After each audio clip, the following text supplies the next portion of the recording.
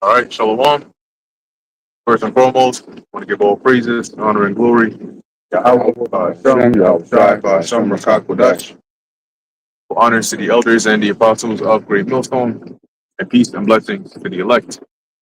We out here once again. Gonna go right into it.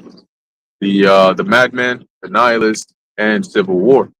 Okay, and as we all know, right, you had the whole mayoral race slash election, as they call it, so-called election, where they basically voted in this guy, Mom Donnie. And you got shows you how simple-minded these people are, right? You had people that went there to vote for him just because I think his name had Kwame in it. Yeah, which is like a Ghanaian, his middle name, right? It's like a similar to like a Ghanaian name. And so you had a lot of people that just went in there, and a lot of them don't even understand. They can't even define socialism. They can't even spell the words, right? They don't look at what it is that he has said he's going to do. They don't look at what it is. They don't look at any of that. All right. They just in their minds, it's like, oh, he's the guy that everybody's for. So shit, let's go and do it. But it's going to show you because they're playing right into the hands of these elites. All right, and they're doomed. All right, they're doomed. Matter of fact, let's start with Psalm 64. All right, because as it goes into the heart of the elites being deep, that's why they got these people in the trick bag. Okay, they have these people fully deceived, and they don't even know what's about to hit them. Because that guy, he looks like he's going to be the poster boy of the Civil War, you know. And basically, before he even got in there, he was already speaking, and they foreshadowed it, right? Before he even got in there, he was already speaking like he was already mayor. Oh, when I'm mayor, I'm going to do this, I'm going to do that, and it's like, bro, you know, there's limitations to what a mayor can do, right? And you speaking as though like you're the president, you know. And usually when people speak like that, it goes to show you that their intentions aren't small. You know, in his mind, a mayor is just a starting place, but he's just like another puppet, like Zelensky, that they put in there. You know, because on the bigger scale, they got to make sure the story looks good and people believe it and buy into it to justify the the draconian measures that they're going to take upon these people very soon. And as they were saying, man, he's basically going to destroy this place. You got a lot of people fleeing out of New York because of that. You know, because he's talking about all these things he's going to make free, that he's going to increase taxes to do so. Well, genius, you know, if making everything free was a solution, sure, it would have been done a long time ago, right? But that's not how it works. You can't just go about trying to say you're going to make everything free. Those are just words to basically soothe and lull the minds of the people, okay, to reel them in. That's the bait, to reel them in. But they're going to find out real soon, you know, that behind the scenes, how is this guy coming in there on talking about some Muslim joint? You know, meanwhile he's buddy with the Jays, with the small hats, you know, and his face alone, you can see it on his face. You know, he's like another reverse. It's like the reverse because he's like a different version of Haman. You know, that's the kind of spirit that he's in, and people gonna find out real soon because the Lord is about to turn things up as we go into next year. Anyway, what we got? Yeah, we can get that. Nah, just get the point. Goes into the heart being deep, and also Micah 2:1. This is Psalm 64:6. They search out iniquity. They accomplish a diligent search, both the inward thought of every one of them, and the heart is deep. Yeah, they accomplish a diligent search.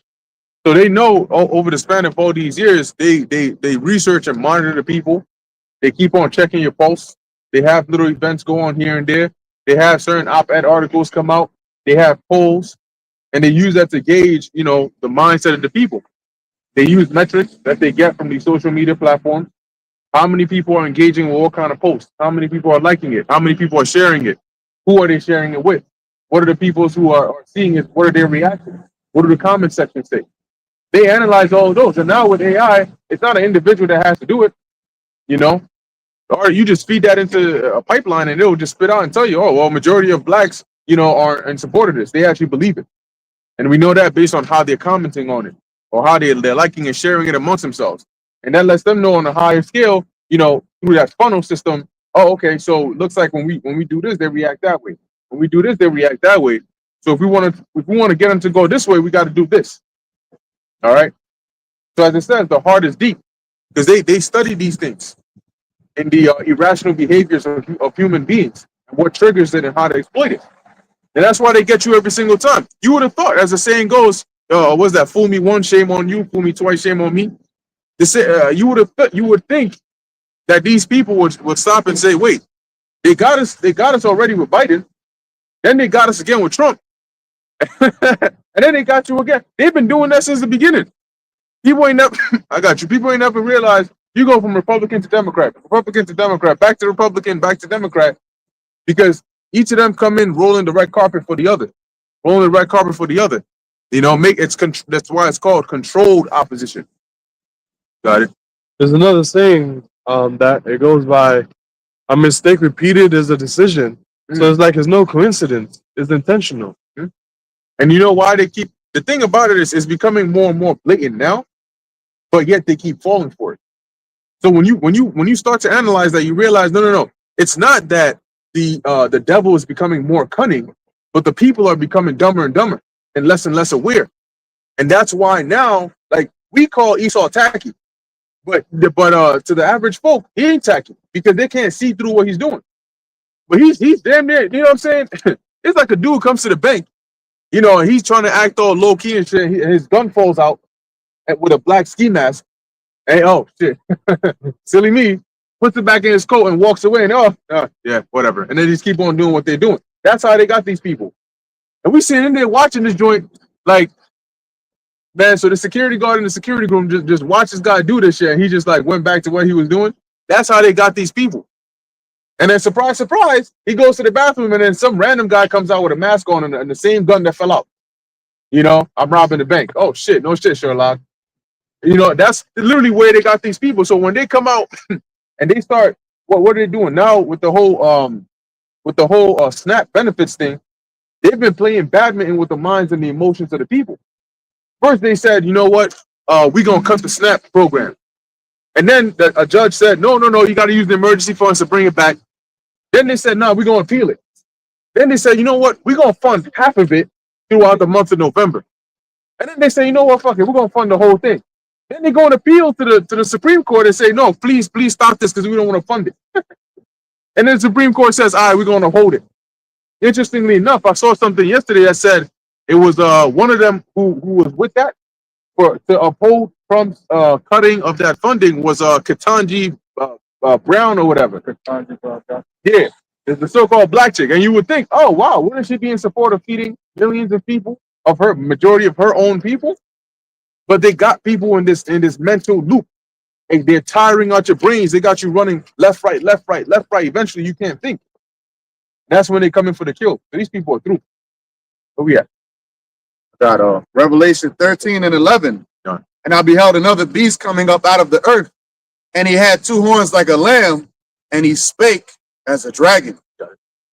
Yeah, so as the brother, you know, as the title of the camp, the topic we've been going into through the spirit, you know, it had two horns as a lamb, but it speaks as a dragon. So a lamb is a docile creature that, you know, you're supposed to be able to trust, something like that, right? It's a peaceful creature, right? The lamb, Yahweh Shai is known as the lamb, right? But they're presenting themselves as that lamb. This is your salvation. This is your savior. This is your peace.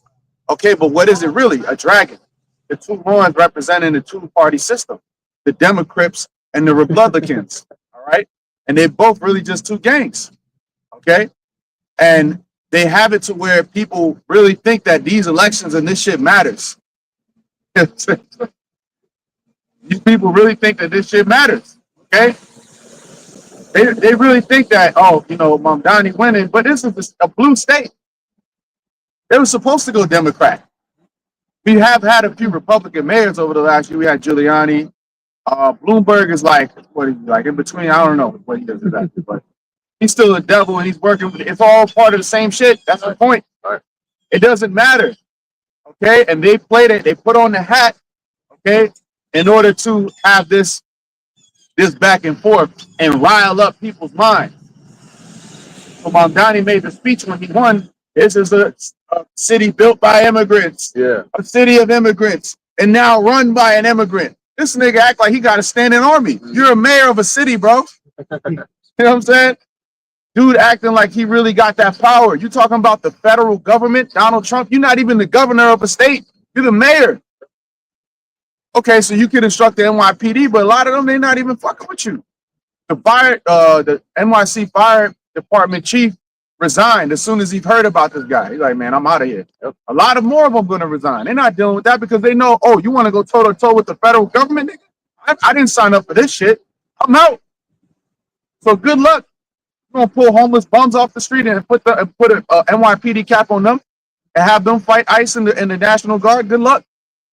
But again, that two horns is a lamb, spake as a dragon. We're seeing that play out 100% HD, man. Right. All right. Whatever the high definition TV is, I forget what they call that shit, 4K, whatever. Yep. And we seeing it HD live and direct, man. So you seeing that this guy is clearly set up. He came out of nowhere. He's only 36 years old. Or matter of fact, he's 34, I think. He's younger than me. I'm like, damn, mayor of New York City, younger than me, and nobody knows who the hell this guy is. And he just pops up on the political scene. Now he's basically the face of the Democratic Party. Yep. How did this happen? Yep. What experience does he have? Nobody asks these questions. They just pop up with these characters, and people are like, oh yeah, he's the guy now. Oh yeah, I like what he's saying about this and that. Free shit, like the brother was saying. But what is that tied to, man? Y'all want to fight with the federal government? You know, it's all vain talk. It's just talking. It was like when Nebuchadnezzar was rolling through and one of these cities that he's about to stomp out, the head of the city said, well, I'm not going to stand for this. Well, what are you going to do? The Lord is with this man. How could they stand against Nebuchadnezzar when he was in his prime kicking ass? Because the Lord had ordained him to do that. Same thing with Trump. So you're going to step up to him, okay? And it ain't going to go the way people think it is. Just like these so-called black women on social media talking about how they're going to be linebackers running through people when looting goes on. It's not going to go down like that, okay? It's not, all right? And Jake is talking about how they're going to loot. Hey, that's all part of prophecy too. They're going to raise hell, but they also going to have an equal response, which is they're going to shut them grocery stores down. Mm-hmm. And then where are you going to eat? Y'all niggas don't have food. You rely on the so-called white man for food, okay? You go to your enemy for the want of all things. But here it is. No, we're going to buck up. You don't even have a garden, nigga. You don't know how to even plant a seed. So what are you prideful for? You need to humble down and beg the Lord to deliver us, man. You know, and live a quiet life like the scriptures say. But y'all over here talking on social media like, come get me, nigga. You know? So you're going to get what you're looking for. You're going to get your issue. Yeah. And he got now that's the thing they're doing. What's that other chick, the Somalian chick? Omar. Yeah, her. She had a thing where she was speaking in her and some other guy. He also looked like he was Somalian, and they was basically speaking in their foreign language the whole entire time, riling up supporters. And then this guy, and the thing about him being just a mayor is that's how they all start off. And then people start asking like, yo, but he's just a mayor. Like, how is he able to do this? Like, who gave him the power? It's like when Elon Musk was up in the White House getting access to people's personal records and shit. They're like, how the hell? Who put him in there? And it's going to be the same thing with this guy. They're going to say, how is he? When did he get the power to do that? Why is it that he's saying this and people are following it? Like he's a ringleader of some sort. Now, with the whole Muslim community that's like rallying behind him, over there in the UK, go see what that place has become. I remember I was doing a video. I did a video on it a while back, and you basically had like it was just all out. You know, they had this something Muslim association where it was like a group just going around just jumping people, you know, beating them up. And a lot of the violence that's going on, you know, the assaults that's happening over there in the UK, they're saying it's because of the migrants. So isn't it interesting how they under Biden, they open up the borders, they flood in the city with migrants, right? And then Trump comes in there and says, all right, I'm going to clean it up. So they gave him an entry in there. And then through what Trump is doing, they gave this guy an entry in there because now they're like, oh, we got somebody to be a face and a voice for the migrants, you know, because he wouldn't have a role to play if there were no migrants in the country, you know, if it wasn't like an influx, you know. So they set everything up. You know, one person comes up in there, then he lays the ladder off for the next to climb up in there. You know, and that's why they waiting for this guy. They waited for him to get in there before now the real battle begins.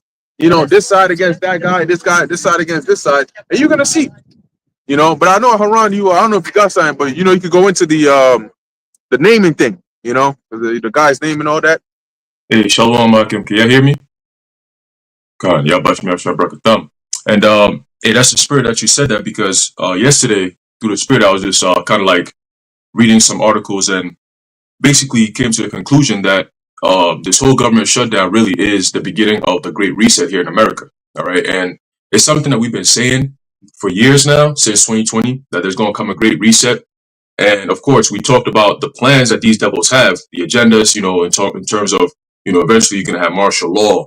The power might go out, the economy is going to collapse. All these different things were stages that they'll go through in order to bring about that so-called New World Order where you will own nothing and you'll be happy by 2030.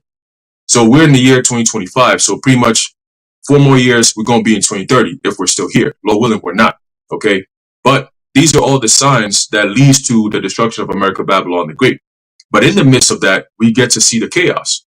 So I know for months now, you've been talking about this Zohan, this Zohan dude, and I was going into his name. I did a lesson. I mentioned it in the lesson that when you actually do the anagram for his name, Mamdani, you actually get either I Madman or Madmani, right? Zohan Madmani, whatever. It turns out that on his mother's side, he's actually a J. You know what I'm saying? So he's a small hat from his mother's side. So when you go to the small hats, they're the way they pass on their inheritance is through their mother's side, which goes to show you that they're fraudulent anyway, because the true Israelites, we pass down our inheritance through the father. Okay, so you carry your father's seed and so on and so forth, and you carry on the line. So knowing that he's a J, and then now he's pushing for what they call socialism, right? He's a socialist, right? Do you understand that socialism comes before communism? Socialism is a stage before communism. And when you watch the interview that Trump did with the 60 Minutes, the lady asked him, she pretty much brought up Madman, and she said, he's a socialist. And then Trump corrected her and said, no, he's a communist. He's a communist. All right, he's worse than a socialist. So, you go into the words and you actually find out more about these terminologies that these devils use. This is all Great Reset set up right here. All right, 2026, they're going to probably push more. Not probably, they will push more. All right, to bring about the least amount of ownership you can have. So these SNAP benefits and all that, this is all part of the birth pains. You go into Matthew 24, Yahushua talks about the beginning of sorrows. This is all part of it. All right. When you go to Soviet Russia, right? When you even go to the time of Vladimir Lenin, when they did the whole revolution, all right, this is all part of it. What you're seeing right now is what was going on back in the Soviet Russia. Okay. And then eventually you had Joseph Stalin, who came in. And then what did he do? He did the same exact thing that Trump is starting to do right now, okay? Which is using militarizing the police, using the military as a police force, okay? Basically doing away with the checks and balances, right? All the power is being brought over to the executive branch, which is totalitarianism. So you have communism and totalitarianism. Communism pretty much pushes the idea that you're abolishing any form of ownership by people, right? There's no private ownership anymore, and that's what Mamdani is saying. Right, you had this guy. He's a supermarket owner in New York. Right, he owns a lot of these supermarkets. Castamides, I think that's his name. He said if Mamdani comes in, he's leaving because this guy is saying that he's going to make all the supermarkets be state owned, right, government owned. So there will be no more private ownership. That's the beginning of that.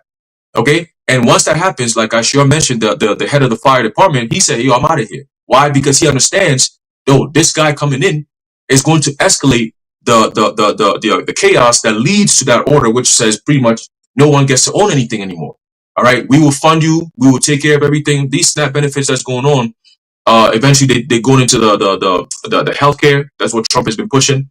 The government has pretty much become the biggest drug dealers because you give Pfizer a $70 billion contract, and then you follow up the next couple of weeks and say, "Oh, we're bringing down the price for Ozempic drugs." So the government is pretty much the biggest drug dealer on the market right now. They're pushing billions of dollars of drugs on the people. When you're worried about SNAP benefits and food not being in your house, you got women crying in their cars because they got $23 to live off of, and there's no assurance of no food. You got military people joining long lines to go to the food pantry for food, and this guy's is pushing Ozempic from $1,300 to $50. Oh, that's such a great drop, right? And then you got that other clown, that asshat RFK. We told you about that devil, man. We told you that the whole reason why they put RFK in there is all creating confusion. They put RFK in there to lure in the people who are rebelling against the jump shot when they brought it out back in 2020. All those conservatives who said, "Oh, we don't want no jump shot." Da da da. This devil come out and say that, "Oh, we've taken out all the what's the mercury? We've taken out the mercury out of the mRNA shot, so now it's safe. You can go take it." But you the same nigga who said, "Oh, we're going against the jump shots." He pushed that, and we said no. His job was to bring it. His job was to literally garner the support of the people who are against the jump shots, the so-called conservatives. And guess what? They're all eating up that potion concoction right now. They're eating it up. You got Dr. Oz on the side, and then what do I give him the Ozempic speech? What happened? Some nigga drop on the back. Somebody dropped over there, man. Okay. So when you look at the scheme, everything that's playing out right now, bro, they said a whole bunch of Democratic states, a lot of these, this midterm election thing that happened, governors, mayors, and all that, a lot of these states turn from Republican to Democrats because they're not okay with what Trump is doing.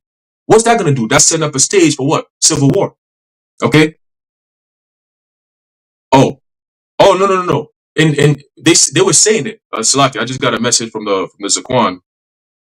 But I'll address that in a few minutes. You say something about the Mamdani's mom's side is not Jay and all that. We're gonna get to that. But the point is, he has ties with the Jays. They actually have their man in power type shit.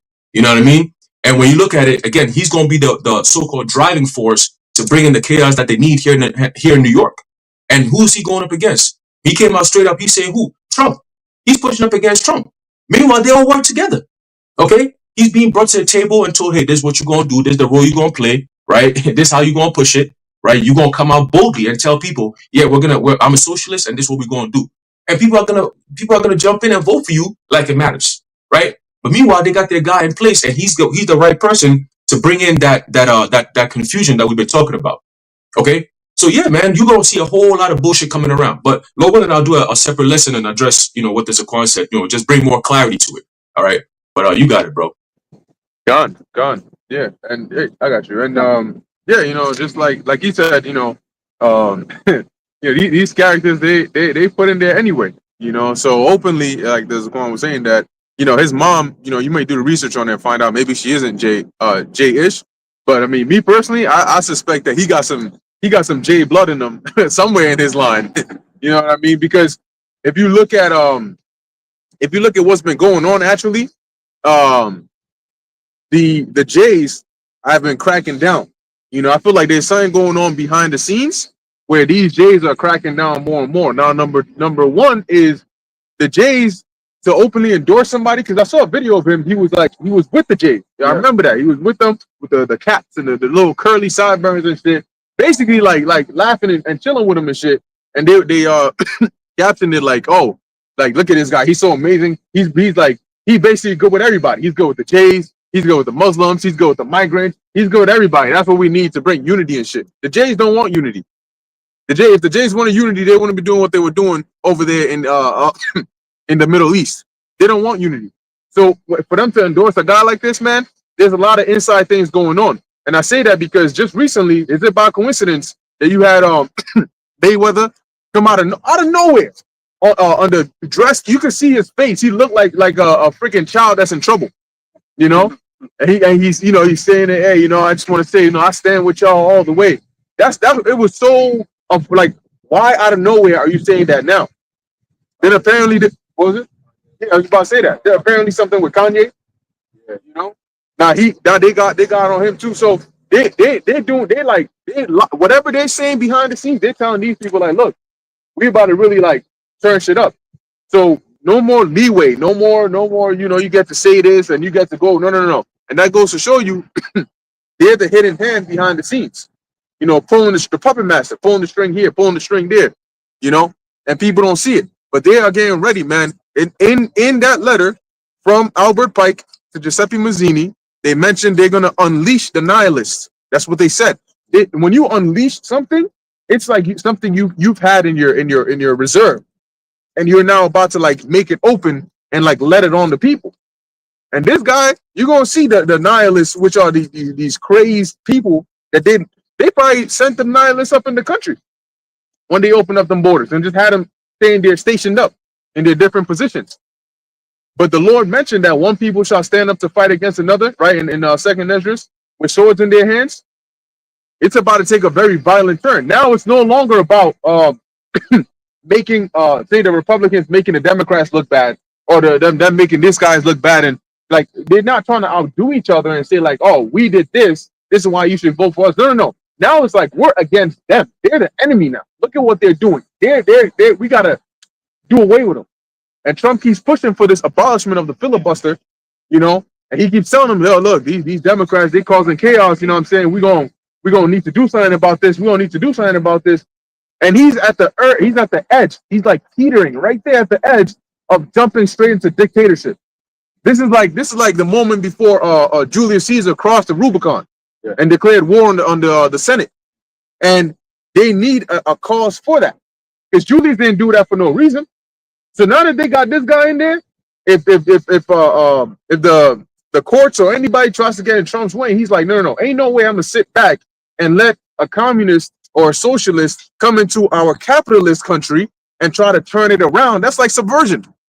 And that's what they're gonna play. They're gonna play communists versus capitalists, you know, Republicans versus Democrats, migrants versus non-migrants. It's division everywhere. That's a house divided. You got it, bro. All right. Yeah, y'all brothers pretty much said it, but I was just gonna add, you know, New York is JEW York at the end of the day. This place is run by small hats. This is like small hat heaven over here.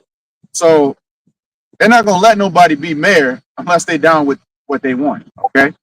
And the dude that they just put in there, all right, by putting him there, they're letting you know they have forsaken New York City altogether. Sure.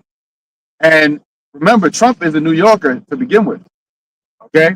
So he's looking at it like, damn, you trying to take, this is my city at the end of the day, you know? And he even said, when you heard his comments about the new mayor, he said basically, you know, I'm torn about it, blah, blah, blah. But this is going to be his moment to really take back what he feels like is his. Okay. Because now it's the opposite, completely polar opposite. So it gives him a good boogeyman to fight against. It gives him a good boogeyman to fight against. But I did want to bring this out real quick. Psalms 33 and 16. There is no king saved by the multitude of an host. A mighty man is not delivered by much strength. So for all this beating on his chest, you know, at the end of the day, these people don't fear the Lord. So Trump can't deliver himself. Mom Daddy can't deliver himself, okay? They're all going to be subject to the will of the Lord. And horse is a vain thing for safety, neither shall he deliver any by his great strength. And horses represent power.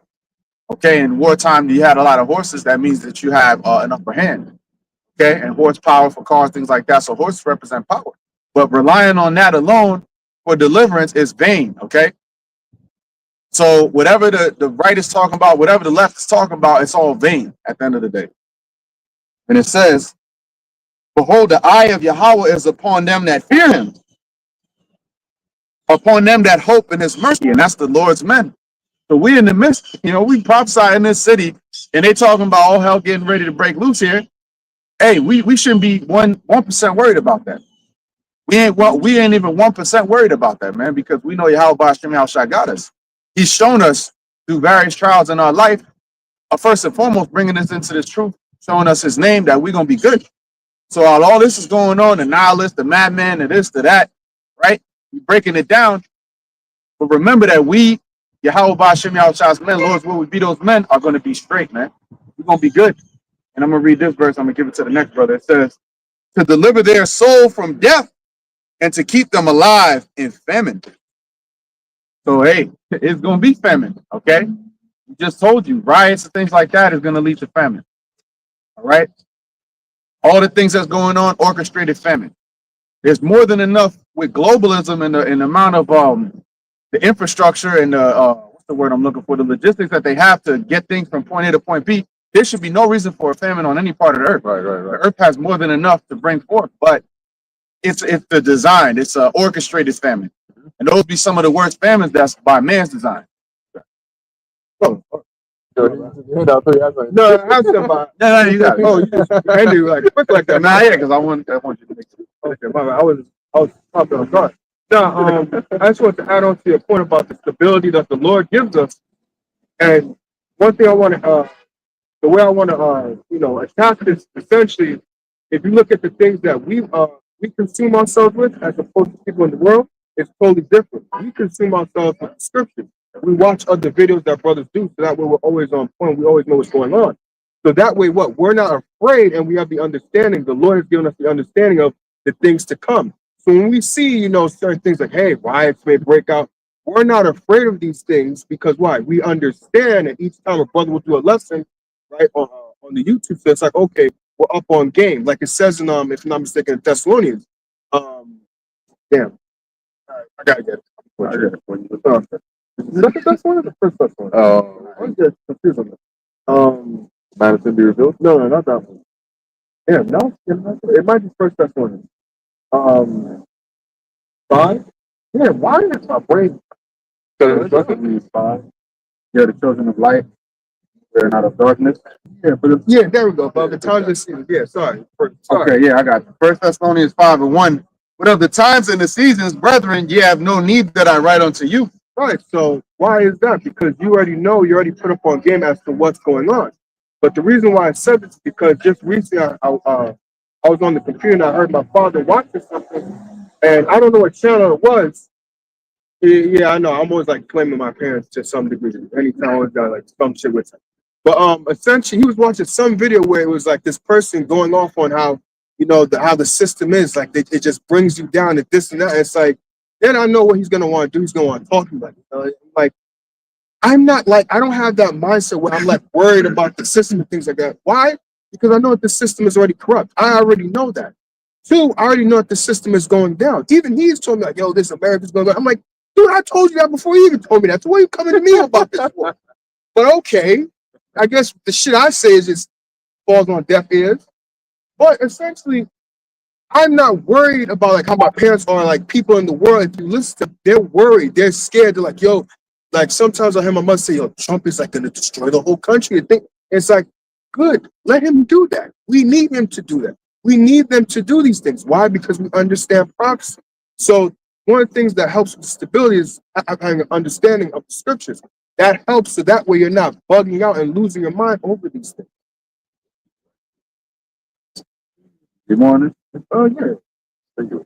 1 Thessalonians 5:2. For yourselves know perfectly that the day of the Lord so cometh as a thief in the night. Right. A thief in the night. A thief comes at the night when you're least expecting, when you're at rest. That's something that a lot of people want here in America. They want to be at rest. They want to be calm. They want things to go back the way it was before 2019. But when they shall say peace and safety, then sudden destruction cometh upon them, as travail upon a woman with child, and they shall not escape. All right, so that's gonna come upon. I even did a lesson recently where I like to use illustrations from videos, and like the Apostle Paul uses this illustration of a woman who's pregnant, and when she is about to give birth, what happened, right? In the video, the woman start going, oh, and then out of nowhere, they don't show it, but they start saying agua, agua, which is what? The water broke. So it's like, oh, agua, agua. We gotta get her like go somewhere. It was in Spanish. I couldn't find an English one. And then after that, you see the woman, she's in labor and she has to do and push the child out. And that's essentially how these last days are gonna be. You're not gonna be able to escape it. You're gonna have to deal with that whole painful situation. The same thing like a woman. It's not like if you ever watched that episode, if you know what I'm talking about, like Dragon Ball Super, when Bulma was pregnant. And Whis, he just like used his staff and pop the baby out. It's not going to be anything like that. No, you're going to have to go through that whole painful process. Like the woman, how she go, they're like, push. She's like, I can see the head. Come on, keep going. And she goes, ah, all that. That's how Jacob's show is going to be. It felt like Goku. It's black here. I don't know, bro. I tried to get like I tried to get like a woman, but it came out masculine. But essentially, it's gonna be that same thing where people are gonna. There's not gonna be like, damn, like when is it gonna stop? No, it's the same thing like a woman. When she's giving birth, there is no like, damn, like how much more? Like you said, the head was out. Like, all right, is the rest of him out? Like, what's taking so long? I've been pushing forever now. Hey, I was gonna say you mentioned something. You just mentioned something. Damn, it escaped me, but the thought that came to my mind was, damn, you said something, but I was, they wanted to take things to how it was 2019 before the whole thing. And what came to mind was how during during um during the lockdowns, right? You had a lot of people that were doing videos, and they were doing videos talking about, oh, we got to get right. Oh, they doing this. They coming against us. We got to band together. We got to start praying. You had this woman that came on there talking about, let's all. It doesn't matter what you. It doesn't matter what you believe. Let's all come together and pray to our gods, pray to the universe, and then and have them deliver us from this situation. And even though they were off, it was like they were forced to become sober-minded because everything else was shut down. Literally, basketball games, all sports were shut down, clubs were shut down, everything was shut down, and people were just like stuck having to just be at home. Now, usually when you're at home, you got people that'll watch the game, right? Or they'll watch something if they can't attend it. But that's the things that keep them entertained. But now they were at home without any of those things, right? And so that lockdown was like a period of silence, for a certain period of time. And instead of them to get right, the second they opened things back up, they ran right back. And matter of fact, you see now wickedness has actually become worse now than it was prior to the whole lockdowns. And what came to my mind was during when the Babylonians came to besiege Jerusalem, and yeah, man, they just can't get it right. They said, you know what? They here. Let's make a covenant and let's obey the words of the Lord. So let's free all of our Hebrew slaves, and they all made a covenant. They entered into a deal. They said, we'll free all our Hebrew slaves, and you know what? Maybe that'll please the Lord, and then we'll be all right. And then at that point, the Lord had the Egyptians come and then basically drove the Babylonians away for a period of time. These motherfuckers, they freed the slaves, and then not long after, they said, nah, it ain't gonna work. Hey, come back. You got to serve me some more. Because now they're like, well, I'm losing out on this, I'm losing out on that. I'm like, what came over me to freedom anyway? No, I'm all right. Because the hell wasn't directly on them, So they forgot that quickly. They forgot that. They said, you know what, let's put them right back in slavery. And the Lord said, oh yeah, you niggas are done. First off, I wasn't even gonna give you mercy, but because of that gesture you did, I thought that maybe I could grant you some mercy. And you went and not only broke a covenant that you made, you went and broke my law on top of that. And then he sent them right back on their ass. So the reason I was saying that is that period of time should have been an eye opener for Jake to say that, yo, clearly something is going on here, and just like they're putting pieces into play and so on and so forth. Let's really get right with the Lord, because if he can cause a standstill to come to the whole world, what else can he do? But no, that's not what came into their minds. They were just complaining and complaining and complaining and complaining. And if they were really about the things that they said or the heart change that they had, they would have continued in that way. But they didn't. The second things opened back up, they were right back on there, grinding on TGs in a club somewhere. And now, let's say pre-lockdown, they would do it in secret. Post-lockdown, they would try to justify it in the open, and say, no, you ain't a sodomy, you ain't a sodomy if you deal with a TG, and if you against it, you just a hater. All this shit. And now once again, they got this ringleader over there talking about, man, I'm telling you, man, it's something about the guy's face. Yeah, just something about that ugly ass mustache that's on there with the light shaven cut. It's just something about him, man. I'm telling you. And he ain't talking about for the what was it, the Senegalese aunties and the freaking Dominican bodega owners, and I'm just like, man, I don't know what's more infuriating to see, this nigga's face or the dumbass sheeple that are right on top following him. He's like Napoleon not Bonaparte, but Napoleon from Animal Farm. If you've ever read that book by George Orwell, who came up in there, and guess what? He started changing everything. And these people are like Boxer, which was the faithful horse. And you know what happened to Boxer? He did everything Napoleon said. And you know what happened? They took him to the slaughterhouse and killed his ass. And right before that happened, there was a dog. I mean, I watched the movie of it, but there was a dog, and I think the sheep and a few other animals in the animal farm. And they basically got the heads up and they left. They fled.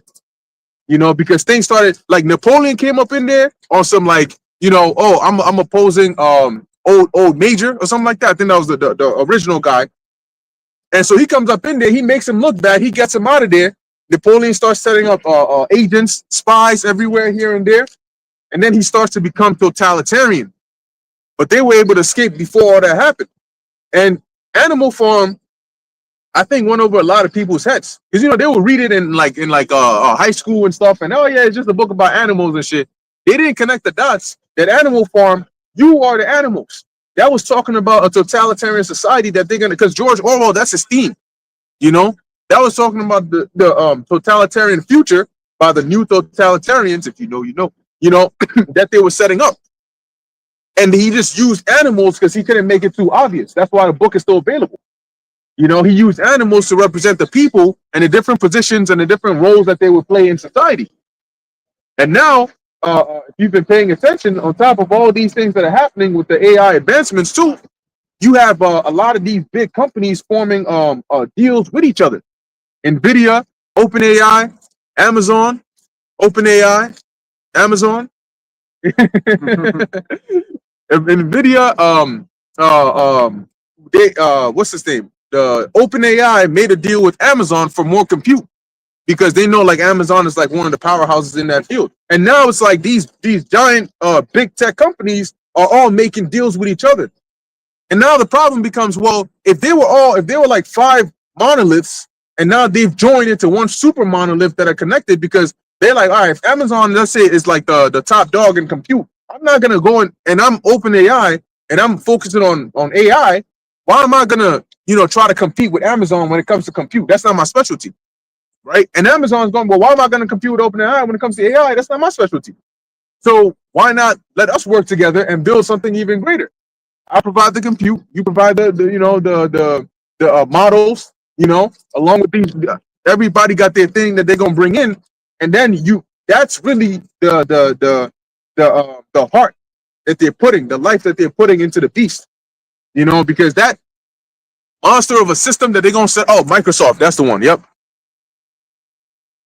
Khan, that's the other company I was trying to remember too as well. The water's gone. Microsoft as well. So now you're like, yo, these are all like top big tech companies that used to compete with each other.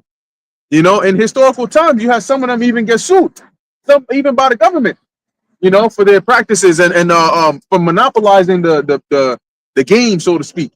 And now they're making deals with each other. They're talking about NVIDIA is getting closer or 1,000% return on their investments. I'm like, that's very, very interesting. So all these things are not by coincidence. It is if you're not paying attention. But when you see how the things on this part and then the things on that part and the things on that part are all sort of setting up, you start to get the picture. Here it is. You got construction workers building a building here, then the building here. Then they go and contract road workers, and then they start building railroads. Then they start building roads. Eventually, you're gonna get the picture that these guys are building a city. Because if you're building a building here and a building there, you're gonna need some way to connect them. Then all of a sudden you got railroads. That means you're gonna need trains. If you got roads, you're gonna need cars. If you got airports, you're gonna need planes. You start to piece the pictures, piece the pieces together to see the bigger picture. But these people, not in a million years. And the Lord has kept them that way. What does it say in Isaiah 6? How long, O Lord? And he said, till the cities be overrun without inhabitant. That's how long they're going to stay in this dumbed down, docile state. And the Lord always tells you that whenever he has Israel in a case like this, it's because he's seeking an occasion to bring destruction to them. Like with the sons of Eli. The Lord said when Eli reprimanded them, they didn't listen because the Lord wanted to kill them. Because had they listened and repented, now what would be the cause? But by continuing that way, the Lord is like, no, you're going to stay in this way because that way I'm justified when I bring judgment upon you. And the Lord is about to be justified because you're going to sit in your car and cry about not having toilet paper, or having $11 in your account for the rest of the month. And then you'll turn around and still seek carnal means to survival. How do you think you're entitled to SNAP and food stamps? That's a government assistance program, right? So they can decide if they're going to give that to you or not. You got Jake on here acting like they're entitled to it. It wasn't your money that went into it because you ain't working. It's other people's money that is going into that. But you acted like that. It was made for me. In their minds, they're thinking, well, it's a program for people who are in positions like me. So why should I go and work? Then who's going to use it? So let me use it, But now the Lord is showing you the beginning of sorrows. No longer are you being nurtured from the face of the serpent anymore. Now the serpent has fattened you up enough to where he's about to eat. And ain't no food around but you. You ate all the food, so now you the food. Yeah, hey, in the scriptures it says if anybody don't work, they don't eat. Right. That's according to the scripture. So at the end of the day, they made it to where people associate work with bad. So they're so brainwashed to where they think like, yo, if I even admit that because they might actually think about like, shit, I might have to go get a job. But they own these videos like, I ain't working because they're looking at it like, well, if I admit that I'm gonna work, then I don't need Snap. So I have to stick to this line of thinking of I'm never going to work. And it's like, bro, you're losing the plot here. You know what I'm saying? You're missing the point. And you're not understanding that it ain't even about that. They want you to completely conform and consent. All right. So that they can put that MOTB up in you. All right. And this is where the UBI, everything brothers been talking about, is coming into play. Okay. So you have these people that are stuck on, I'm not going to work. I'm not going to work. I'm not going to work. Okay. But they already telling you you're not going to get the benefits. So, okay, if you're not going to work, fine. You don't even have to work. Don't worry about it. We got AI for that. But we need something from you.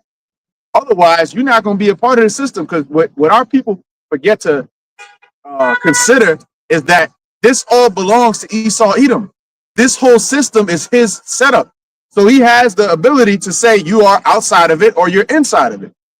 They've been playing nice for a little while and like, letting Jake move around and do this different thing, but it was all for a setup. And they can't really come directly at Jake, so they got to do it in a way to where you go. And I was watching the elders and the brothers in Baltimore, Elders Zion one was going into it, how Esau, he can't really come directly at Jake. Otherwise, it would have just eliminated all of us. But what they do is they set it up to where I'm going to set up a situation where you're going to be enticed to sin and you are going to sin. It's a system that thrives off of sin and wickedness. So when you have that mindset, all right, cool, you know what? Said I gotta eat, so I'm gonna consent to that. And your pastors in the church haven't been warning you. Okay. The Nation of Islam, for all of the pop and all the shit they talking about being a Muslim and all the shit, the women love it. A lot of women love it. Bunch of whores that put on a hijab and then they talk about they Muslim. All right, but what they ain't warn you about the MOTB. Okay, who's the only ones that's doing that? The prophets of Yahweh Ba'ashem Yahushai. That's how we know we have the word of eternal life, man. Because nobody else is talking about these things and breaking it down 100%, man. Right? Where we at? Oh, we had that in Micah, right? Yeah, let's get that. Let's get that. This is the book of Micah, chapter 2 and 1, and it reads, woe to them that devise iniquity and work evil upon their beds. When the morning is light, they practice it. Yeah, and to devise iniquity means to like when it says devise devices, it means they come up with plans, okay, wicked plans and schemes that they have, and it's for a greater goal in their mind. Though they don't see what the end goal of that is going to be. They think it's going to be the destination is going to be one way, right? But the Lord has another thing planned coming for them. But this is going to be, you're going to understand why Jacob's trouble is called Jacob's trouble. You're going to understand that very soon. These beginning of sorrows are already too much for people. They're losing their minds. You had the chick that looked like the green dinosaur from Barney, and they were recording her. No, the other. Oh, she definitely looked like that. But no, this was some random chick. They were asking her, interviewing her about the cutting of the SNAP benefits. She's just like, she don't know if she should cry or laugh. I don't know if that's just her face, but she's just like, there's no food. They haven't eaten in I don't know how many days. And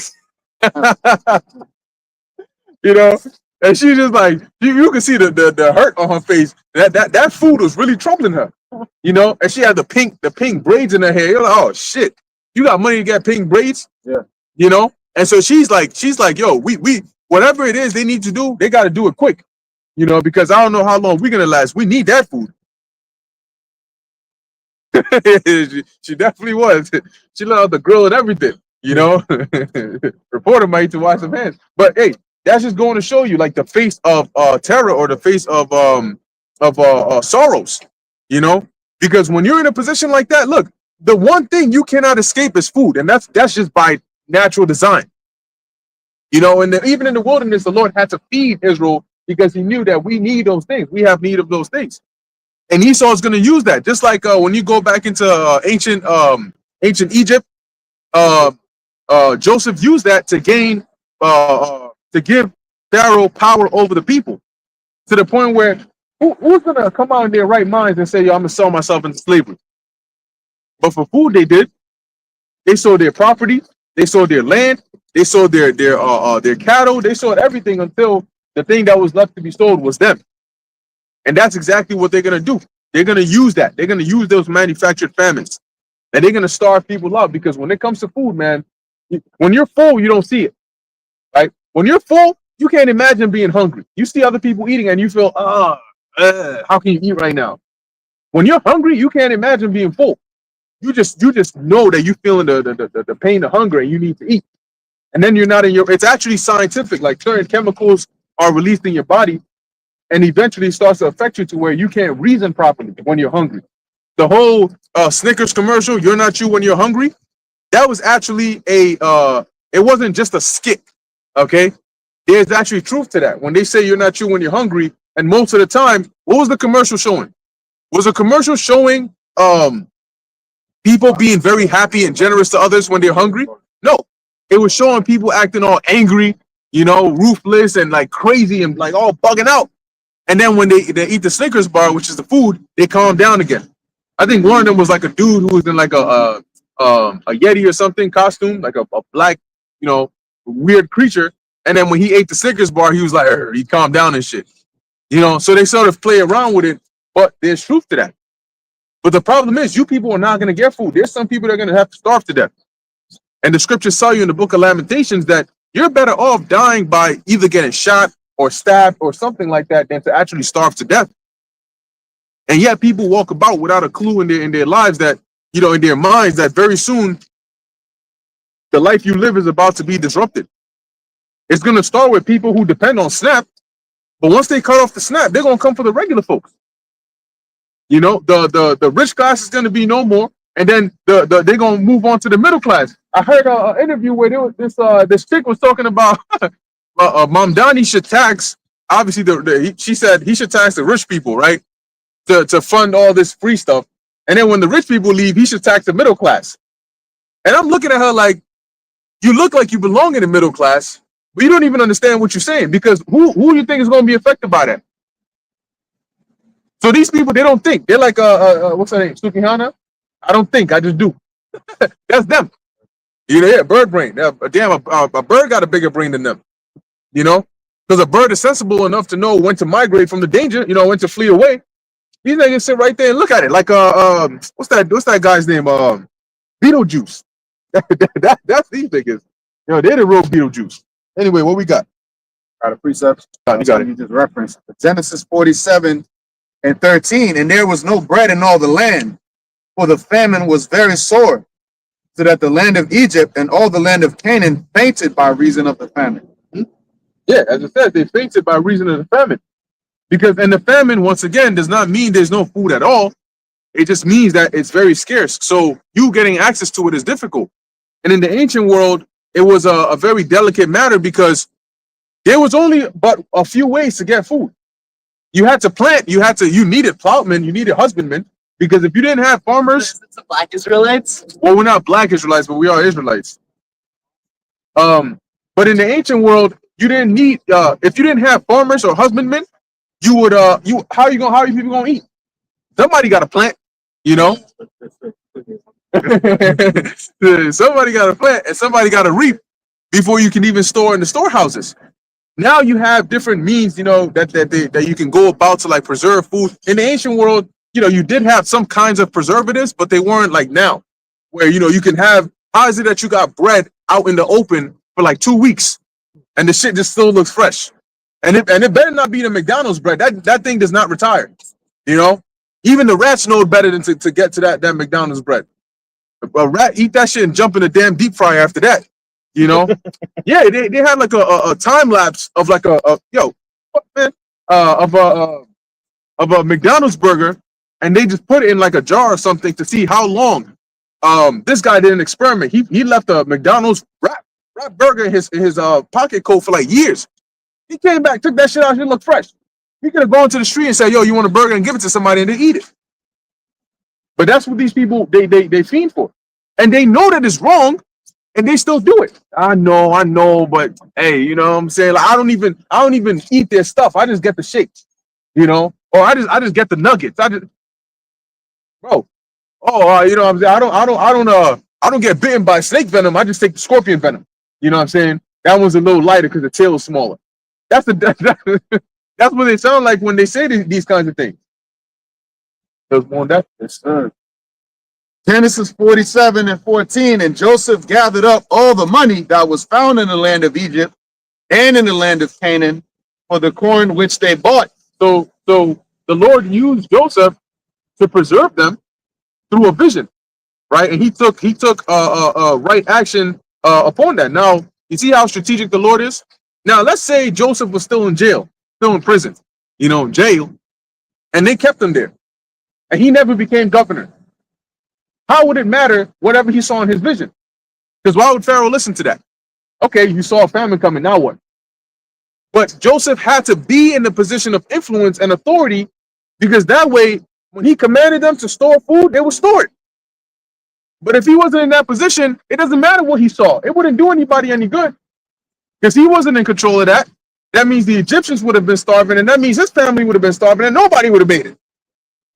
So that shows you the whole entire reason the Lord sent Joseph from his land.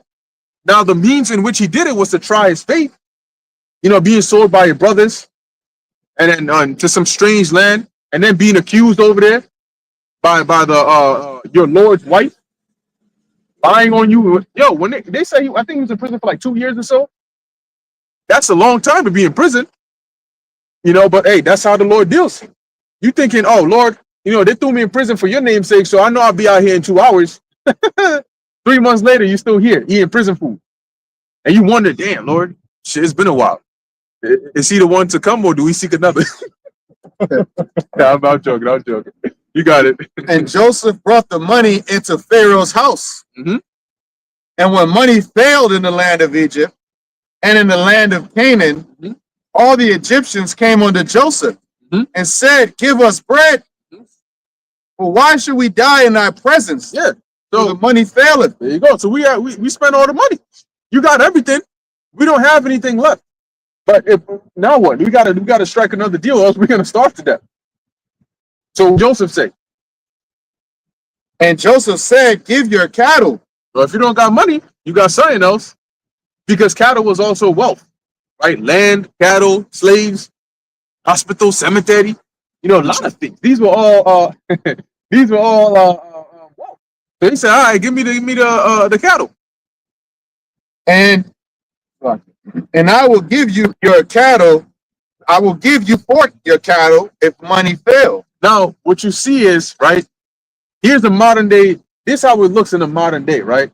Because what you're going to see is Joseph is going to do all right, give me this. Okay, if you don't got this, all right, what else is more valuable? All right, I'll take this then. Okay, now what? Okay, I'll take this. And you know what that is? That's giving, you will own nothing and be happy. Because at the end of it, they own nothing. Not even themselves. What was that? That's the system of pledging. That's the system of pledging. There you go. Yep, that's it, pledge. And Esau, Edom, they know that. And they're going to use the same system in a modern day sense. Because they're going to confiscate your cars. They're going to confiscate everything you own. They're going to put everything on a subscription basis.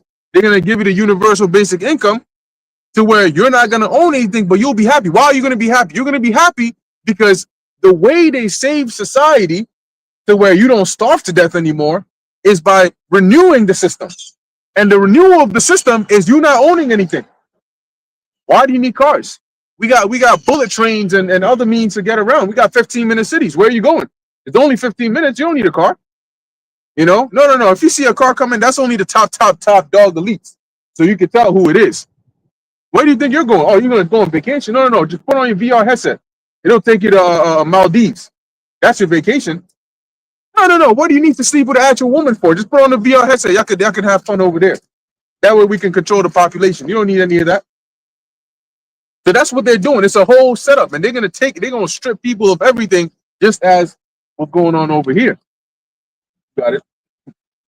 Genesis 47 and 17, and they brought their cattle unto Joseph. And Joseph gave them bread in exchange for horses, and for the flocks, and for the cattle of the herds, and for the asses. You see how powerful food is, right? Because they knew they weren't. How are you gonna get that back? if all your money is gone and now all your cattle is gone, how are you going to buy back cattle? How are you going to gain those resources back? But they didn't have time to contemplate those. They're starving. Their children are starving. You go 2-3 days without eating, your body's just completely, and especially, nowadays with the diet, the American diet that people eat, you got a lot of parasites inside of you. And those parasites crave. That's where the sweets and all those cravings come from. Yeah, the Reese's Pieces. That comes from them parasites that are inside people's bodies. And those parasites get real angry when you don't eat. They start releasing certain toxins and chemicals inside of you, making you feel so hungry, like, I need a food, I need it. That's why sometimes you fast and you wonder why it is that the things that are coming to your mind to eat is like some wild, crazy ass cravings. Like, Cinnabon. Yeah, Cinnabon. Angry Orchard beer. Yeah. You're like, what the fuck? I don't even drink beer. Why am I thinking about that? Because them parasites are bugging. They're like, yo, I need something now. And if you're not careful, you're gonna submit to them. That's why brothers got to do a parasite cleanse sometimes. Like get all that shit out your body. And I think they said if you fast for like 2 or 3 days, basically, it will kill. I think they said 72 hours is the cutoff, dry fast, that it will kill a lot of the parasites in your body. And maybe a little beyond that, you can kill like pretty much all of them. But what happens is there's a die-off. And people are not going to deal with that because it's like, oh, I feel bad. But you have to feel bad before you can feel better. You have to go through that detoxification process. And spiritually, we went through the same thing. People don't want to go through that. They can't even fast for 12 hours. They can't even miss breakfast or one meal and they start losing. How you going to fast for a day or 2 or 3? You see? And you don't have cattle to give. How many of you super niggas off 125th have cattle and horses and asses? But you got some asses. They're going to be giving up the asses. Matter of fact, they're going to be giving up the asses. All right? It ain't the type of asses that's in this scripture, okay? Y'all going to be giving it up. All right? And it's going to be for, can I have a piece of bread? Please, feed me. Like boxes of beans. Yeah, beans. Baked beans. Here's a can of beans. It's 99 cents at the store. Here, bitch. That's what's going to be going down. Y'all don't want to hear the harsh truth, but listen, y'all going to come off that high horse, man. Y'all going to come off that pedestal that Esau been had you on. And you're going to be all the way in the mire, man. That's what the scriptures say. From one horse to another. That's it. Yep. Genesis 47. Hey, but yep. They I remember years ago, the brother Yashalam, he did a video on what was it? What country was this? It was one of the either South or Central America, and he was going into the hardships over there, and how it was very common for women, be it mothers or not, to sell their bodies to make ends meet. Like that was what they had to do to feed their children, and sometimes they would they dude will get whatever he wants to get, and then he wouldn't even give them like the full amount, maybe half. But they weren't in a predicament, like where they lived, they weren't in a predicament to like go back and forth with him because he might just kill you, or cut your head off or something like that. And that was like the situation. You had mothers actually selling their children because, one, they needed the money to take care of the rest, but two, the children would probably be better off sold than to die with them. That's how bad things were over there. And I'm talking about in a time when, like, here society was like normal. It's not like the whole world was messed up. And here, these people are not used to that. The second that even the tiniest bit comes their way, they don't know how to be resourceful. Like, for example, if you're like, all right, if you say they like what Trump was saying about funding half, like you're only gonna get half of what you used to get before for SNAP. They don't know how to manage or how to make that last. All they know is no, I want the whole thing. Because instead of 2 loaves, I usually buy 4. And you know what ends up happening? Maybe 1 or 2 of those goes rotten or goes spoiled because they don't eat it in time. So it's just there. We're just wasting space. So they waste resources and they're not resourceful.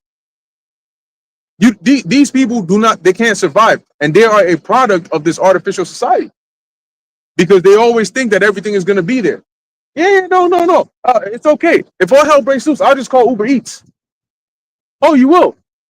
Do you know how Uber Eats works? Yeah, you go on the app, you press it, and the app needs Wi-Fi, right? Then there's somebody that actually needs to be in their car on the app working. And the restaurant that makes the food actually got to be open. And you know that restaurant needs oil and electricity and all that to make the food, right? And you know that if there's no food, they can't make shit.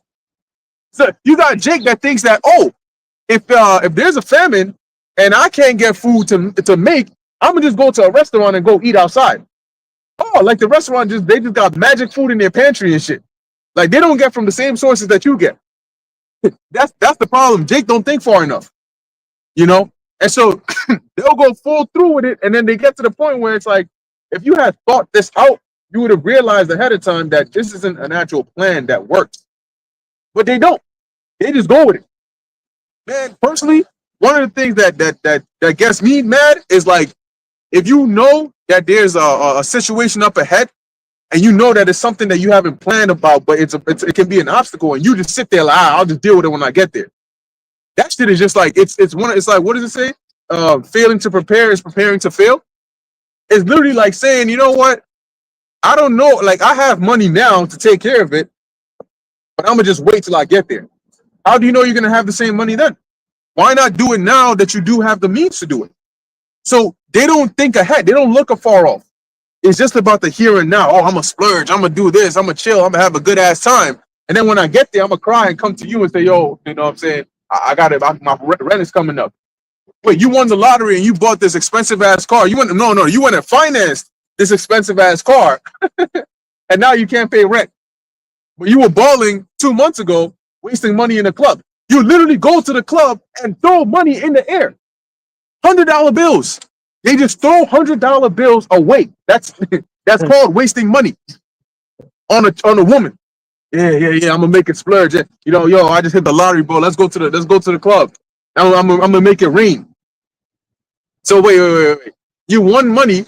You're not an investor. You didn't invest. You're not getting a stream of income coming in. You have a fixed amount of money in a time of heavy inflation, and your first thought is buy the most expensive car, buy an expensive watch, an expensive chain, and then with the rest of the money, go and throw it at women in a club, and then leave $15,000 less than you were when you went in there, and then come home, and then 3 months down the line, you're going bankrupt. Got it, bro. Oh no, I was just gonna add to your point, what you were talking about, is that people don't realize that they're all right. So I'm gonna just use how I went to electrical school. So I'm gonna just use electricity as an example. In all these buildings or in your home, if you're watching it, right? There's electricity in your room, right? In your apartment, house, whatever. And that electricity is not magically there. When you flip on the light, it's not like, oh, okay, well, there's electricity to a degree stored in the house. No, that power comes from something.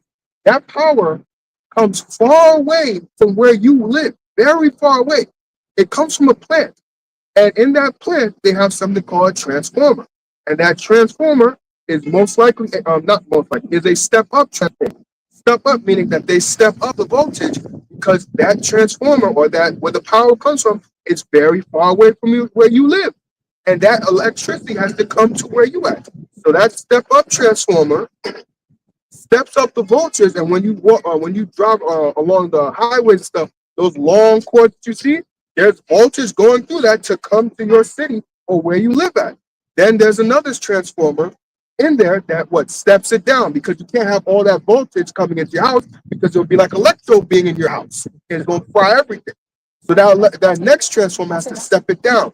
Then there's another one that's like you see on these Aharon probably knows what I'm talking about, but you see them like I don't know, on those poles. That's another transformer, and it'll step it down to a reasonable amount. Usually it'll be like 240, somewhere around 200 to get into your house because homes usually use 240. But like I was saying, that electricity is not just in your house. That electricity is far away. And like I explained, the transformers, there's one that steps up, and then when it gets nearer to where you're at, it steps down. And then there's even a third one that steps it down so it can get to your into your house. And if at any point there is a cutoff of that transformer, you're not getting electricity. No matter how much you go like this, you're gonna be like, well, what happened? Well, there's nothing you can do in your house because most likely the transformer has been attacked. So at any point, if that people have to realize there's cutoffs. Right. It's the same thing with like the grocery store. The grocery stores just doesn't magically have food. Yes, they have storage in the back that, hey, if anything gets, a whole bunch of stuff gets taken out, they can replace it, but they're getting it from someone. There are trucks that come in. If you work security and things like that, sometimes for certain places, they'll bring the supply. That truck comes from somewhere. And if any point, like I'm using the word cutoff, if that truck is not able to make it to your city because of some type of traffic or accident, that food is not coming to that grocery store. It just doesn't magically happen. It's not, again, like the flip of the switch. Oh, electricity, no. And at any point that electricity or that transformer is attacked, you can go like this all day, no power coming to your house. If that truck is not able to come to your city, there's no food coming there. Yeah. And people don't think about that because they think, once again, everything is going to continue forever as it was. Oh yeah, I don't need to worry about how it works. I just know that when I flip the switch, it comes on. And that's all I need to know. When I go to the grocery store, I go to the grocery store, food is just there. Right. Because in their minds respawns onto the shelf. When everything closes, right? Like in what's the movie? Sausage Party. Yeah, when everything closes, then all the bread they come alive and they run from the freaking bakery and then jump into their packaging and then they just get on the shelves and wait for you. So they just respawn every day. You ask somebody, so what happens if you flip the light switch and it doesn't come on? What you mean what happens? Like why does that matter? Like why I gotta think about that? That's the answer. Why I gotta think about that. But then they'll come to you and talk about, what you think about Iggy Azalea and Neon. Like she was trying to throw it back on him, but he wasn't really trying to have that. Like, what you think about that? But when you tell them why I gotta worry about that, then to them it's like, listen to this guy. I can't talk to this guy no more. He's no fun. This is why we're like complete polar opposites. And this is why the Lord ain't dealing with majority of this world. And this is why they're able to bring Mom Donnie up in there. I'm gonna keep talking about that dude because guess what? This is the same reason they're gonna bring his name is the Madman from now on. All right, they're gonna bring the Madman in there. He's already in there now. But this is why they can do that right underneath your nose. Because they know you ain't going to do anything about it. In fact, you're going to help them do it. Yeah, that's one of the tactics Esau uses. He gets to the point where why should he exhaust resources trying to fight you? When he can just get you to do what he wants. Before the demic started, right? They said, if you were wearing a mask, you looked out of place. I remember that. You get on a train and you see somebody with a mask, you look at them like, yo, maybe they got something. That's why they got a mask on. Them people say, hey, you ain't gonna catch me. I'm not wearing no damn mask. What do you think this is? Because they weren't used to that. And then before you know it, they didn't want to take off the mask. Now they come in there with face shield, armor suits, looking like astronauts and shit.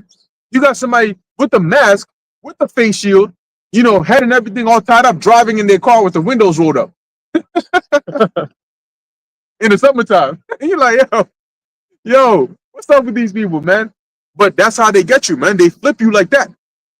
You don't want to put the mask on, now you don't want to take the mask off. Because it's all psychological games that they play on the minds of these people, man. You're doomed. You got it. Genesis 47:18. When that year was ended, they came unto him the second year and said unto him, we will not hide it from my Lord, how that our money is spent. So like, when somebody comes to ask you for something, and then you give it to them, and then they come back again, and then you give it to them, and then now they need more, but they kind of like, yeah, how am I gonna come back again to this guy? So they'll come up to you and shit. Yo, bro, like they'll talk about something else. Yo, remember that shorty? Yo, she cool, whatever. We doing this and that. But nah, I ain't even gonna hold you, bro. Like, I'm kind of tapped out right now. That's what they said. Like, we ain't even gonna hide it from you. Like, we ain't gonna lie. That stuff you gave us, like we out of that. So what's up? You got it. My Lord also hath our herds of cattle. There is not aught left in the sight of my Lord, but our bodies and our lands. Mm-hmm.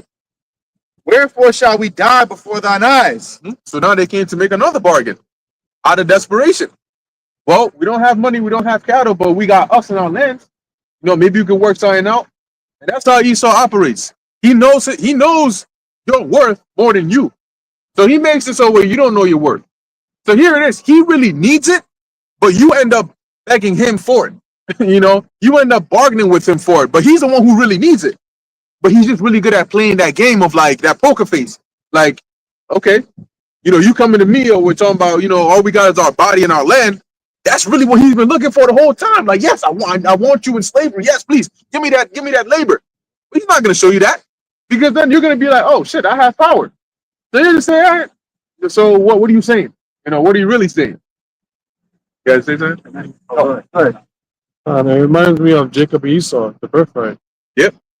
What does it remind you about? Um, Oh, about the desperation? yeah, and Jacob knew the word. Oh, so he caught him at a time when he was desperate. Mhm. Because any other time he saw it 5 million like, nah.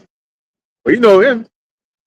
Yeah, I was just gonna say it shows you also how in times of trouble I'm living.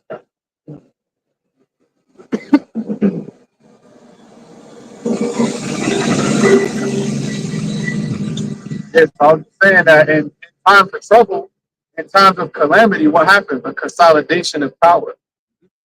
So it's very easy for those that are in power to consolidate more power into themselves when there's a calamity. Conveniently, and that's why we always talk about, well, conveniently this happens, and look how they get more power. Right. Conveniently that happens, and this is a different situation. Now it's even worse to where Esau can actually orchestrate it. This wasn't an orchestrated famine. The Lord just brought this back then. All right. And they were dealing. But now it's to where you don't have cattle, you don't have lands. So they got you in more of a vice grip than ever. They got you in the worst possible predicament of all time. You have no cattle, you have no land, you have nothing. Matter of fact, you've been relying on us for SNAP and you begging for food. Say, nigga, here, take this chip. Take it. You be good. Call me back tomorrow. You know what I'm saying? So that's how it's like the drug dealer. Right. You know, you just get the fiends coming back, get the fiends running up the block, right? And eventually, shit, they're gonna be so hooked, they're gonna be out here begging for, they'll do anything. I mean, anything for it. You know? And it's a whole bunch of despicable shit that they'll do just to get some of that. And that's where people are at right now. We'll read a little more. It says, Genesis 47 and 19, wherefore shall we die before thine eyes, both we and our land? Buy us and our land for bread, and we and our land will be servants unto Pharaoh, and give us seed that we may live and not die, that the land be not desolate. So yeah, so they said basically take us, take us, we'll be your slave, we'll be your servants. When people are in that position, in that predicament, they are extremely desperate and they'll do anything for some food, man. When brothers fast, we fast a day every time, some brothers fast throughout the year. We should be, fasting more often because, it's good to get close to the Lord like that. That's between us and Yahweh Shem Shadow. But when you do fast, the food that you took for granted, stuff that you just eat on a regular, it's not even a delicacy. A piece of bread looks like a roasted chicken to you. Right. You're like, man, that piece of bread. Some bread with some hummus looks like a delicacy. It's just a fruit, something that people take for granted. They won't even think twice about it. But when the famine hits, that piece of bread is that's like touching a cloud, right? At that point. Mm-hmm. So that's the level of desperation they had back then. They were like, listen, we'll do whatever, man. Take us. I'll be your slave forever. Just give me some bread, please. Right. So I'm gonna read on. Hey, and I was gonna say that that goes to show you, now you good to where like even things that are not delicacies start to look like delicacies. That's how people end up committing cannibalism. When would you ever look at another human? Matter of fact, even worse, when would you ever look at your own child and think like, hey, looking like a snack?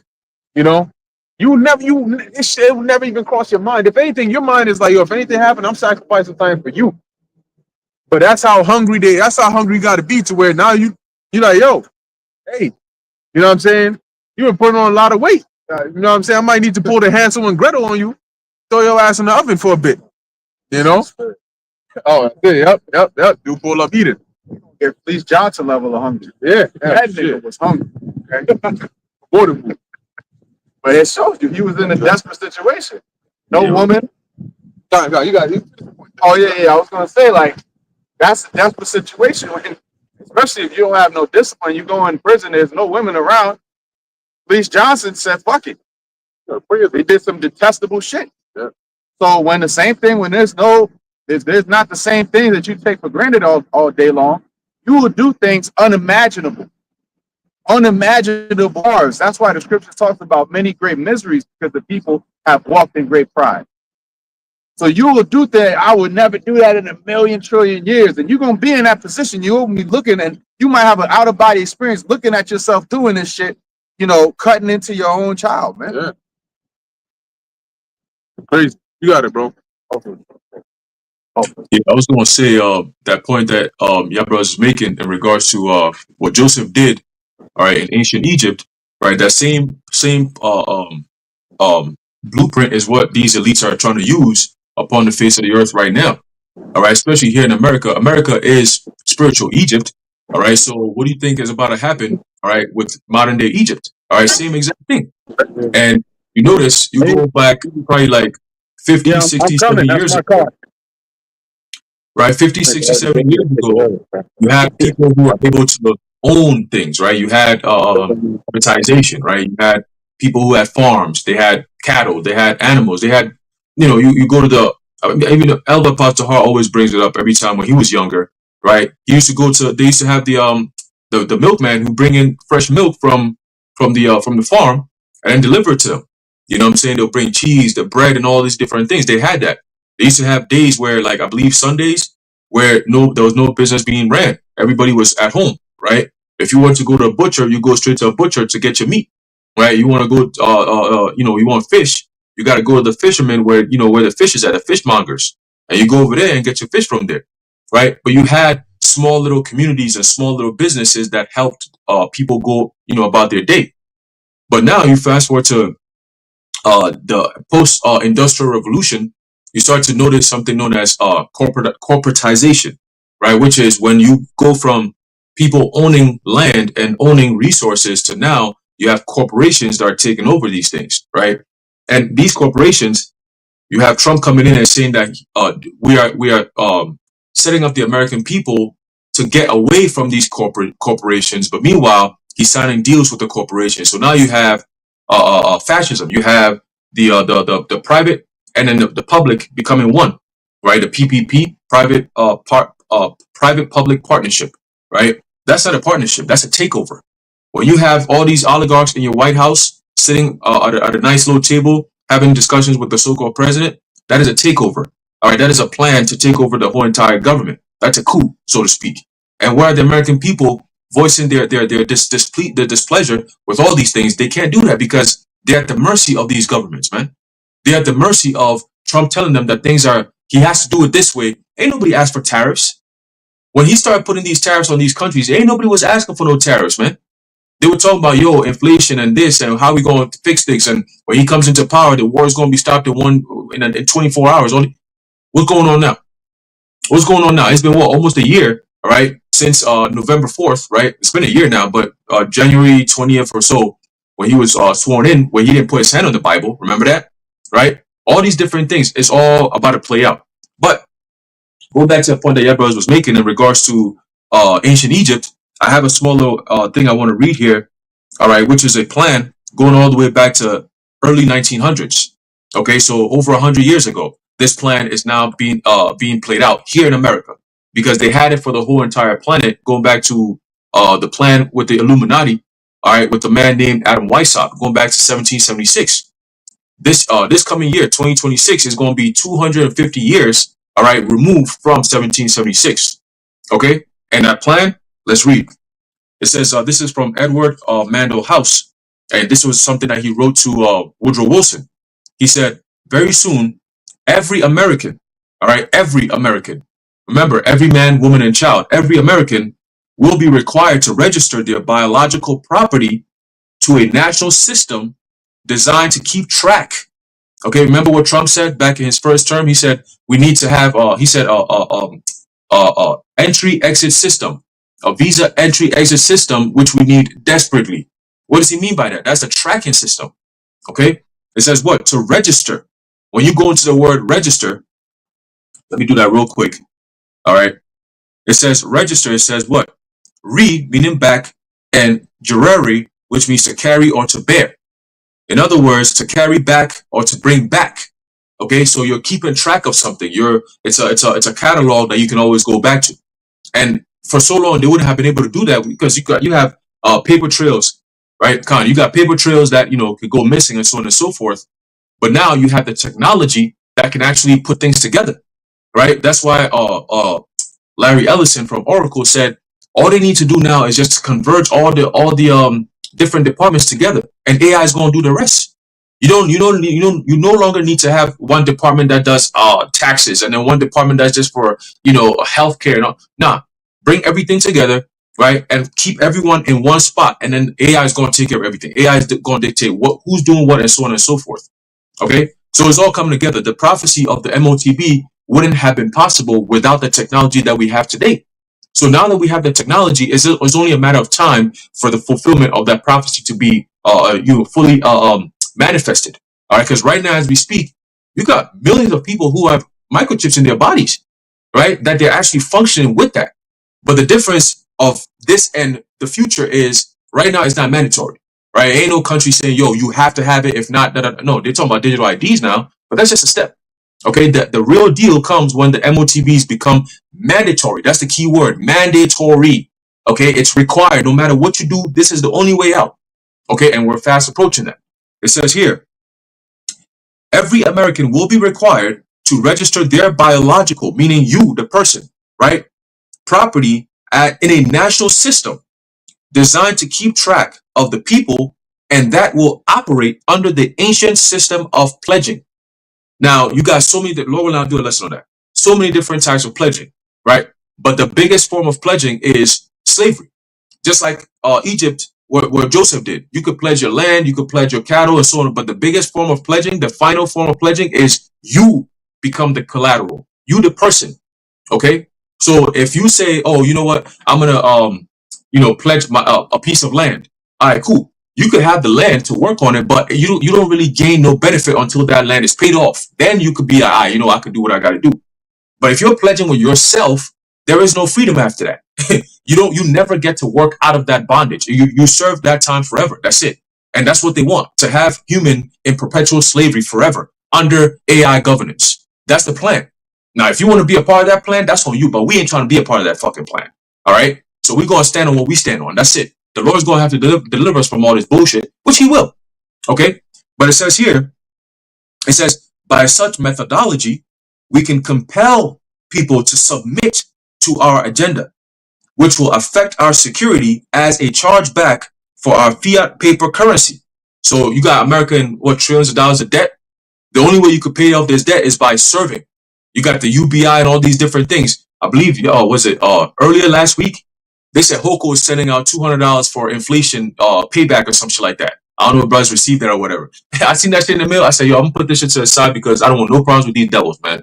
Next thing you know, they're going to come back next year talk about, the $200 that we sent you, really, you're going to have to pay back on that. Like, nigga, what? I didn't ask for that shit. You gave it to me. But because I took it, now I got to pay you back. Now I owe you. Ain't nothing free, man. I don't want to hear that shit. Right? So it says here, every American will be forced to register, right? What did Keir Starmer say in the UK? If you don't have a digital ID, you can't work. Period. You can't work. So you have to register for this shit before the parliament is over. His parliamentary time is over. Okay? It says what? Every American will be forced to register or suffer not being able to work and earn a living. Point blank, period. That's it. Isn't that the system we're seeing right now? Right? There'll be no form of ownership. You have to work for the state. You have to work for the system. You got people now. I believe I was watching Zaquan Itajwan's video, and you got somebody who he was crying, talking about, oh, we just want to go back to work. I just want to be able to go back to my job. I just want to go back to work. And I'm like, damn, look how far we've come to where it's the point where people are crying to go back to work. Like, I love being a slave. I can't wait to go back to work. Like, who the fuck, who in their right mind ever sits there and says, yo, I want to go back to work? Like, that's this thing. But because the system we're living in now, you're not happy to go back to work like you own your farm and you're going back to your animals and work and, go to the plantation or the field to grow crops and then feed your family. Nah, that's not the kind of work we're talking about. We're talking about corporate work. You're clocking in, right? You take your time every morning. You leave your family to clock in for 8 hours or 9 hours of a day to get paid chump change compared to what the owners of the corporation are making. For you, every dollar you make, they make over $300. That kind of disparity. And then you go do that for them, and then they promise you small little benefits here and there. Like, fuck out of here, bro. These are the benefits that you can't even use, right? Oh, you got PTO, you got this. Start using your PTO and see what they're gonna say. They're gonna send you. You're gonna be getting them emails talking about, yo, your PTO. You know what I'm saying? Like, hey, it's not really for that. Are you still working on your PTO? You know what I'm saying? Like shit like that. Like you can never really have time off. You're always enslaved to this fucking company, man. This is what these people are like. I want to go back to work. This is the type of shit they're talking about. Okay, and that's all they know. Because without that work, guess what? You still got bills. You still got to pay these bills. They said there's a government shutdown, but yet you pay taxes. So where the shutdown at, bro? Make it make sense. If there's a government shutdown, why y'all niggas still collecting taxes? We shouldn't be paying no taxes. The government shut down, right? But these fools over here believe all this dumb shit. I told you, this is all part of the start of the Great Reset, man. You're gonna see. Watch. You're gonna see all these changes. Let the government open back up again. It's gonna be a whole new world. Oh, in order to do this, you gotta sign up for this. You gotta register for this. You gotta be eligible for this. All this new shit that's gonna be popping up very soon, man. You want some SNAP benefits? You're gonna have to be eligible. You gotta register digital. Oh, you want 401k? Oh, you gotta do this. You want this? You want to go back to what? You gotta register. That's how it's gonna be, man. Everything's gonna be messed up, man. All right. So continuing, it says, and I'm gonna wrap it up real quick. It says here, it says, they will be our chattel, right? That's the hardest form of slavery. That's what we served. Okay. And we will hold the security interest over them forever by operation of the law merchant under the scheme of secure transactions. Okay, that's maritime admiralty law. It says Americans, by unknowingly or unwittingly delivering the bills of lading to us, will be rendered bankrupt and insolvent, forever to remain economic slaves through taxation secured by their pledges. And you people will be the pledge. Okay, when you go into the book of Revelation 13th chapter, it talks about those that receive the mark.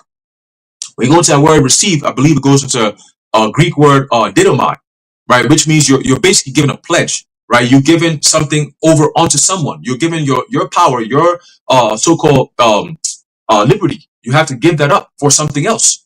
Just like ancient Egypt, what we just read about Joseph setting up the Egyptians and everyone else around. Really, you're gonna have to be a slave to me in order for me to give you whatever you need, right?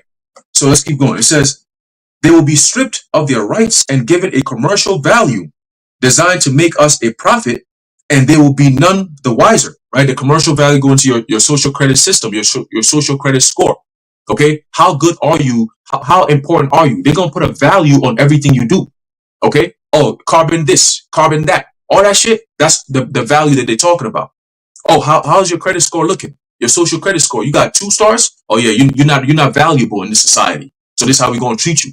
Oh, you got a 5-star. That means you're real compliant. Oh yeah, you valuable. We could use you for this and this and that, right? It says here, it says, for not one man in a million could ever figure out our plans, and if by accident 1 or 2 would figure it out, we have in our arsenal plausible deniability. In other words, it could say, oh, that's AI, right? Trump said it the other day. He said, oh, it could be AI. In other words, we could go out there and do the most craziest shit to people and just say, oh, it could be AI. Don't believe that. AI is doing all these things now, right? It says, after all, this is the only logical way to fund government, by floating liens and debt to the registrants in the form of benefits and privileges. That goes to what? Habakkuk, the 2nd chapter. All right, going to that heavy debt, Ibaiya. Okay, it says what? This will inevitably reap to us huge profits beyond our wildest expectations, and leave every American a contributor, or to this fraud, which we will call social insurance, social credit system. Okay, it says, without realizing it, every American will insure us for any loss we may incur, and in this manner, every American will unknowingly be our servant, however begrudgingly. The people will become helpless and without any hope for their redemption, and we will employ, this is the most important part, and we will employ the high office of the president. Okay, this DJ Trump, Nero nigga that you guys are, oh yeah, Trump did that. He's been employed. He has a job to do. Okay, we will employ the high office of the president of our dummy corporation, because America is a corporation. Okay, it says, to foment this plot against America.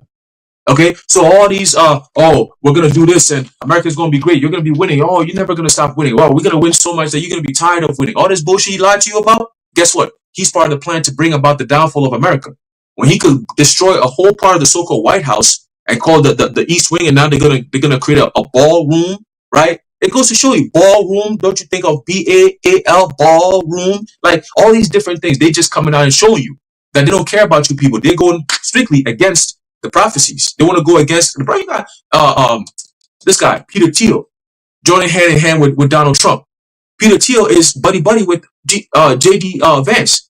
JD Vance, man, look, that's another topic, bro. We're not even going, you know what I'm saying? But again, they're showing you all these things, and we have the proof. We have the evidence that, yo, this is something they've been planning for years. Going all the way to 1912, 1913, right? The Federal Reserve Act and all these different things, and now you're seeing all these things play out. That's what they had back then. 100+ years later, it's all playing out right now. And you got people right now who can't see these things. The most important time when you want to be educated on these things, they just play it off like nothing. Like that dumbass I passed by said, "You're the Black Hebrew Israelites." A few minutes ago, you were talking about people who got the mind of a flea. They can't think for themselves. Got what's that nigga that you mentioned? Beetlejuice. Yeah, they got Beetlejuice head. Straight ass nigga's head, man. You know what I'm saying? And you gonna see a brother like ICR standing right there and go past by and say, "Oh, y'all Black Hebrew Israelites." Don't you see a brother standing right there that don't look black to us? Don't you see that? You niggas is blind like that? Right? But it's their minds. It's been corrupted. So there's nothing you can do about it. That's why the Lord's going to come in and destroy them, because even if you show them the proof, right, they're still not going to believe it. All right? Because their minds, the Lord says what? He's going to give them onto a strong delusion that they should believe a lie. You could clearly see with your eyes, but you're going to believe what you've been told, right? And that's the problem. All right? So, hey, the Lord is coming down with that heavy judgment, man. And what you're going to see from here on out is just the glimpse of the troubles that's yet to hit America, Babylon the Great. And all you Americans that believe in the system so much, you go down to Egypt for help. Egypt gonna sit back and be like, "Listen, man, we ain't got no help. You coming for SNAP benefits? Guess what? The money done ran out. We done given all the fucking money to Argentina and Israel and them. So hey, we ain't got no money for you, baby. So you gonna have to figure this shit out. All right? And that's the reality that's coming for a lot of you 2/3 and the rest of you fuck ass Babylonians out there, man. The Lord is coming for you niggas. Heavy judgment is coming, and you ain't gonna have no holiday season, Christmas, and all. No. The Lord is coming, bringing that judgment. Repent. You got it, bro. Gone. Yep. Beautifully said. You know, but hey, that goes to show you that the word is out, as Yahushua said. It's going to go throughout the four corners of the earth, and then shall the end come. You know, and that's pretty much where we are now. That's it. So, hey, you know, with that, we're going to end it here. Madman, the Nihilist, which they're going to unleash, and civil war, okay, which is all prophesied to happen, you know, in the scriptures. So pray for fewer days, but pray for the Lord to keep you in these times, because it's to be every bit as bad and then some, as the scriptures say, as it was prophesied. So with that, Lord willing, this is edifying to the elect. In closing, we want to give all praises, honor, and glory to Yahweh, Bahasham, Yahushai, Bahasham, Rechak, Wadash. Until next time, Shalom. Shalom. Yabach Shalom.